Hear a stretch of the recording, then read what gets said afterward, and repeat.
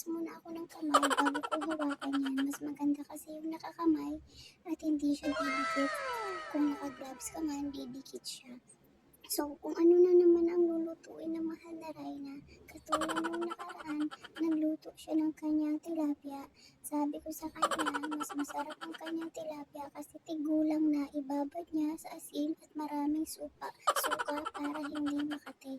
So, ginawa nga niya, binabad niya sa suka at asin, tapos sa kanya prinito. So, ayun lang.